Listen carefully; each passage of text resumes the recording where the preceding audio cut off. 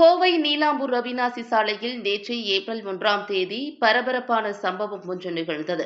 அப்பகுதியில் உள்ள ஒரு கட்டிடத்தின் மேல் தளத்தில் நின்று கொண்டு 25 வயது மதிக்கத்தக்க வாலிபர் ஒருவர் கீழே குதிக்கப் போவதாக மிரட்டல் விடுத்தார்.